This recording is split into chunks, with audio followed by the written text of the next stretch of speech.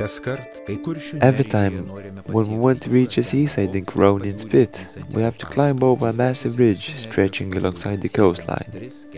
This ridge is 3 to 4 meters tall and 70 meters wide. However, in some places, its height reaches over 14 meters and width 150 meters. This famous ridge was built by human hands with help from wind and sea about 200 years ago. We are now talking with Coronian Spit's National Parks Manager's Assistant for Ecology, Lina Dikšaitė. We are now standing on a protected ridge, which is one of the most notable relief forms in Coronian Spit. The emergence of this ridge is closely related with history of Coronian Spit's landscape. From 15th and 16th centuries to 19th century, Coronian Spit forests were being destroyed by locals and various wars. Until 19th century, 5 settlements in Coronian Spit were covered up by sand. Obviously, this movement of sand was a big threat not only to local people, but also to former post road, which used to go through Coronian Spit. Also, sand movement was affecting Coronian lagoon, and since this lagoon was one of the main sources of fish for Germans order located not too far from Coronian Spit, it was very important to maintain this lagoon the way it was. Furthermore, that particular sand movement was also a big threat to Klaipėda port. For all these reasons, at the beginning of 19th century, the works to strengthen moving sands of Coronian Spit had begun. In fact, the history of Coronian Spit's ridge began even earlier, in the 18th century. At the end of this particular century, the question how to stop moving sands had raised in a lot of different locations. Gutenberg's University's Professor Titius suggested that the only way to stop sands from moving is to return forests which were once grown here. So right now we are standing on a ridge which was created partly by nature and partly by human. When people started creating this ridge, their idea was to build some sort of a barrier alongside the Baltic Sea, which would collect sand, stop sand from invading settlements, and also would tame wild movements of Baltic coastline. The main job was to weave a fencing which would hold sand. Back in the day, this job was mainly done by men, and women were in charge of planting special weeds, European beach grass and limgrass. There was a special methodology for planting these weeds. Women were planting them more densely further up the ridge. The purpose of this ridge, as I mentioned, was to collect sand and not to let sand go over it. The Coronian Spit's ridge was badly damaged during Second World War. According to scientific calculations, 31% of ridge was destroyed on Lithuanian side of the Spit and 40% on Russian side. After the war, massive constructions took place again. Same methodology was used, although there were some changes which helped to make construction works faster and cheaper. At the beginning of these works, there was an issue of not knowing the methodology of building the specific barrier, and workers had to ask locals which were involved in previous construction works for help. Later, this methodology was mastered well, and Coronian Spit Ridge is now over 200 years old and is constantly looked after. Nowadays, Coronian Spit Ridge is one of the most important elements of Coronian Spit landscape, and it is representing the collaboration between human and nature. Nuolatinė jo priežiūra vykdoma ir tai yra vienas iš svarbiausių Kuršių nerijos elemento, kraštovaizdžio elementų, kurie reprezentuoja būtent kultūrinį kraštovaizdį. Tai yra būtent žmogaus ir gamtos sąveikoje suformuota reljefo forma.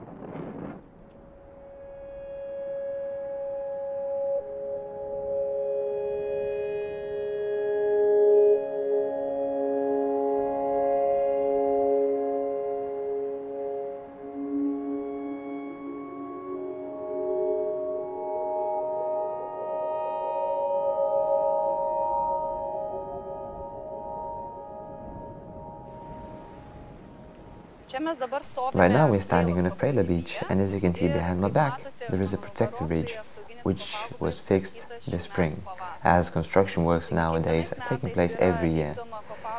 The foresters of a national park, they inspect the ridge, they locate all violations, and as I mentioned before, construction works are taking place every year.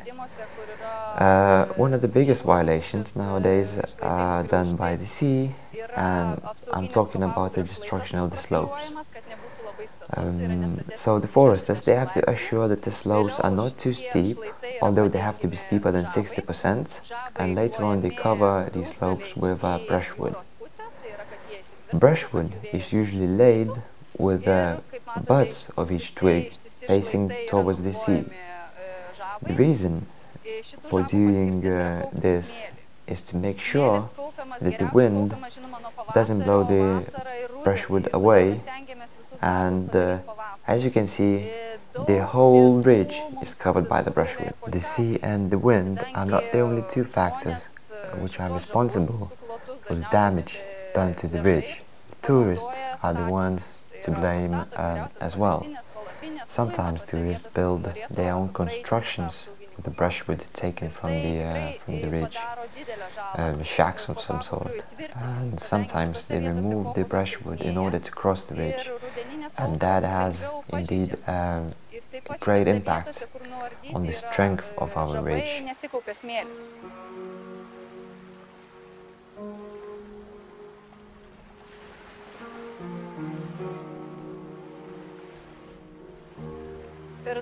Within 200 years of Protective Ridge's history, there were a lot of people involved in the building and maintaining of this ridge.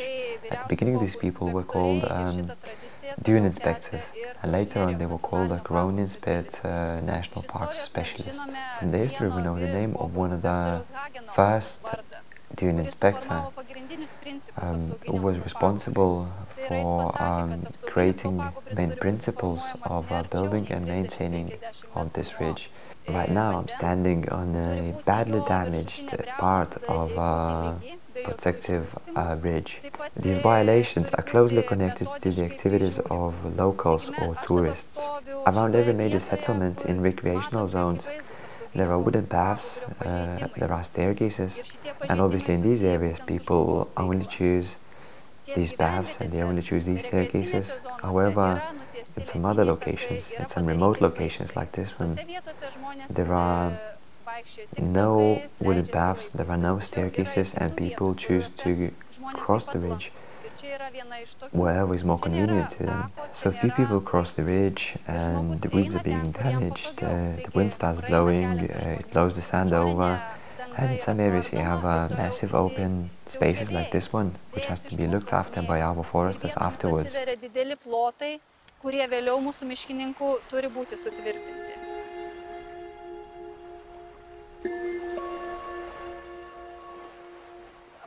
Protective Ridge stretches alongside the Baltic coastline for over 100 kilometers. In some areas it's lower, in some areas it's higher. For example, in front of us Miltine, Protective Ridge reaches almost 16 meters high. Ridge, which is a collaboration between human and nature, is an amazing phenomenon which has to be treasured and has to be looked after. And I'm really happy that it's actually happening, and it's happening very often. I would like to invite people to only use designated paths. Try not to damage the barriers, not to damage the weeds and other plants which grow on a protected ridge, and be responsible so this particular beautiful element of Coronian Spitz would protect us from storms, and it would cause joy because of its beauty.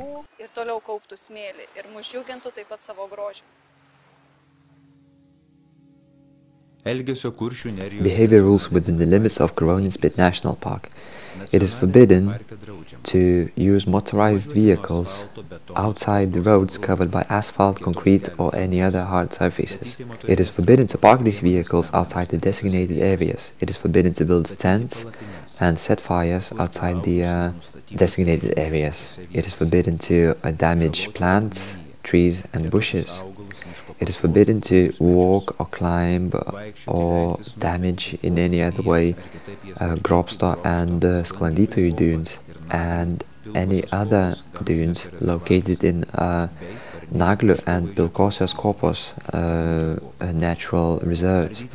Also in Parnidžio Landscape Reserve, it is forbidden to pollute the environment with rubbish, cigarette butts, and matches, and any other polluting and flammable materials. It is forbidden to make loud noises and scare birds during their migration and transition periods. It is forbidden to destroy nests, pasture animals in forests, to keep the motorized and rowing sea vehicles outside the designated areas.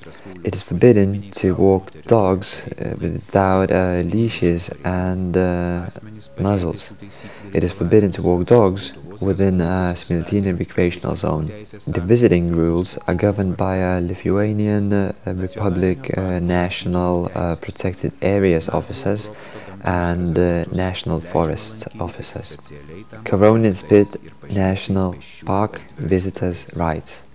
Naglis and Grobštas natural reserves are only allowed to visit by designated pedestrian and bicycle tracks. Only officers on duty, protected areas officers, or National Park Direction staff is allowed to visit the whole area of Naglis and Grobštas natural reserves. Visitors are allowed to set campsites and start fires within the designated areas. Visitors are allowed to gather firewood from forests. Visitors are allowed to keep motorized and rowing water vehicles within the designated areas marked by special signs. Visitors are allowed to organize mass events and sport competitions apart from rowing and sailing, and apart from the events organized within the limits of Neringa and Klaipėda towns, as well as within the limits of Coronian Spit settlements, with the written permission from National Park Management and with the written permissions from the municipalities of the areas where the event will be held. Applications for organizing an event should be submitted earlier than 5 days before the event's date. Permissions can be obtained in National Parks Management Center in the set municipalities, or can be sent by fax or post.